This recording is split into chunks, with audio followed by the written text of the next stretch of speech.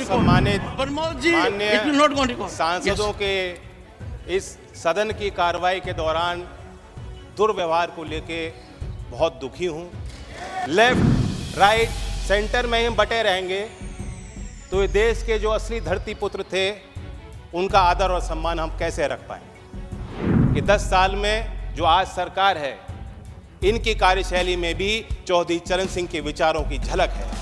जब आदरणीय प्रधानमंत्री जी ग्रामीण क्षेत्र में शौच की दुर्व्यवस्थाओं पर प्रकाश डालते हैं, जब महिला सशक्तिकरण को अपना प्लेटफॉर्म भारत सरकार बनाती है और गांव-गांव में जागृति पैदा करती है, तो मुझे उसमें चौधरी चरण सिंह जी की बोली याद आती है। इन आने वाले सालों में झोपड़ में पैदा होने वाला व्यक्ति जब वो कहेगा अगर मुझ जैसा चौधरी चरण सिंह बन सकते हैं, भारत रत्न को मिल सकता है, तो मैं भी अपनी समस्याओं का समाधान खुद करने में सक्षम हूं। एक जमीनी सरकार जो जमीन की आवाज को समझती है और बुलंद करना चाहती है, ऐसी ही सरकार धरती पुत्र चौधरी चरण सिंह जी को भारत रत्न दे सकती है।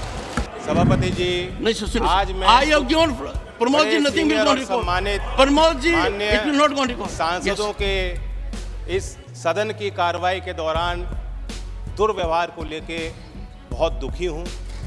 आपने मेरी ही नहीं देश की भावनाओं को व्यक्त किया। सभापति जी, आपने मुझे संरक्षण दिया। बड़ी अचंभा मुझे होती है कि हम चौधरी चरण सिंह जैसी शख्सियत को किसी गठजोड़ के बनने और तोड़ने और चुनाव लड़ने और जीतने तक सीमित रखना चाहते हैं। लेफ्ट राइट सेंटर में हम बटे रहेंगे तो ये देश के जो असली धरती पुत्र थे उनका आदर और सम्मान हम कैसे रख पाएं। मैं ये मानता हूं कि देश में जितने महान नेता आए हैं सब ने एक दूसरे से कुछ ना कुछ लिया है, सीखा है, प्रेरणाएं ली हैं।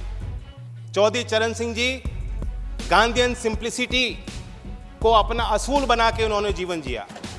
महात्मा गांधी जी के ग्राम स्वराज को अपना उनकी मूल फिलॉसफी का वो हिस्सा और चरित्र का हिस्सा रहा। लाल बहादुर शास्त्री की ईमानदारी, नैतिक उनके चारित्रिक गुणों को उन्होंने अपने अंदर समाया।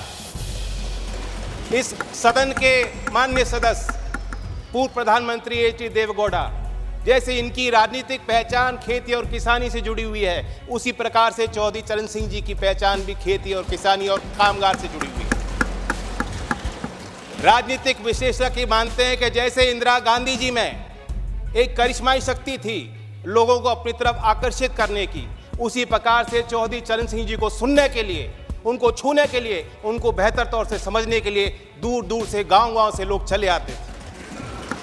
और मैं ये भी मानता हूँ 10 साल मैं विपक्ष में रहा हूं, कुछ ही देर इस सदन में मैं इस तरफ बैठा हूं, लेकिन मैंने देखा है कि 10 साल में जो आज सरकार है इनकी कार्यशैली में भी चौधरी चरण सिंह के विचारों की झलक है। जब आदरणीय प्रधानमंत्री जी ग्रामीण क्षेत्र में शौच की दुर्व्यवस्थाओं पर प्रकाश डालते हैं, जब महिला सशक्तिकरण को अपना प्लेटफॉर्म भारत सरकार बनाती है और गांव-गांव में जागृति पैदा करती है, तो मुझे उसमें चौधरी चरण सिंह जी की बोली याद आती है। सभापति जी, हम लोग नेताओं को समझ नहीं पाएंगे अगर हम इसी तरह बटे रहेंगे। कुछ लोग उनके अंदर भ्रम है, कुछ लोग ये भी कहते हैं, मानते हैं कि चौधरी चरण सिंह जी जाटों के नेता थे या सिर्फ किसानों की वकालत करते थे। ऐसा नहीं, वो विचारक थे और उनके इंटेलेक्चुअलिज्म पे जो टेरेंस जे बायर्स जो प्रोफेसर थे oriental college in African studies London school में, यूनिवर्सिटी ऑफ लंदन में, उन्होंने किताब लिखी है चरण सिंह 1902 to 87 एन असेसमेंट। मैं उससे कोट करना चाहूँगा sir. Charan Singh did have incisive intelligence and he undoubtedly applied it to a continuing study of agricultural problems in Uttar Pradesh. Judgement on whether he was an intellectual, of course, turns to one definition of intellectual. My judgment is that on the most rigorous definition, Charan Singh was clearly an intellectual, and not only that, the most unusual one. Sir, जो प्रधानमंत्री जी ने और भारत सरकार ने चौधरी साहब को भारत रत्न दिया है, मैं मानता हूं उससे दो बड़े काम हो जाते हैं। एक कि चौधरी साहब की लेगेसी को हम दोबारा इंस्टीट्यूशनलाइज करते हैं।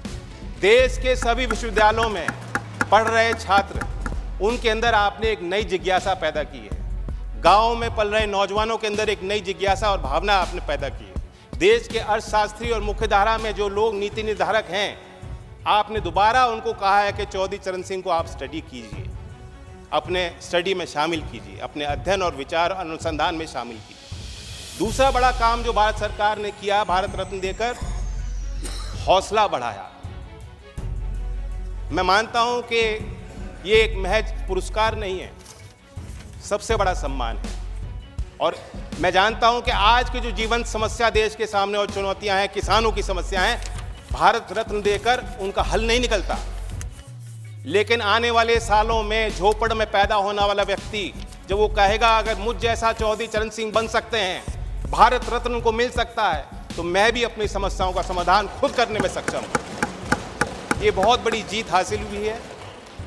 मैं तो चाहता था कि क्योंकि चौधरी साहब मेरे अकेले नहीं हैं, एक पार्टी की नहीं है, मैं अपील करता हूं कि उनके लंबे राजनीतिक और सामाजिक जीवन में जो भी शक्तियां उनके साथ आईं, जो भी नेता आज इस सदन में मौजूद हैं, उनके इस लेगेसी का हिस्सा वो भी हैं, जिम्मेदारी उनकी भी है।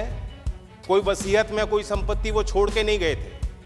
आदमी तब तक जिंदा रहता है जब तक उनके विचार लोगों के बीच जिंदा रहते हैं। मैं उम्मीद करता हूं कि सभी दल के सम्मानित सदस्य गांव-गांव तक चौधरी चरण सिंह जी के विचारों को ले जाएंगे। और मैं फिर अपने तरफ से ऋणी हूं, कहना चाहता हूं, एक जमीनी सरकार जो जमीन की आवाज़ को समझती है और बुलंद करना चाहती है, ऐसी ही सरकार धरती पुत्र चौधरी चरण सिंह जी को भारत रत्न दे सकती है।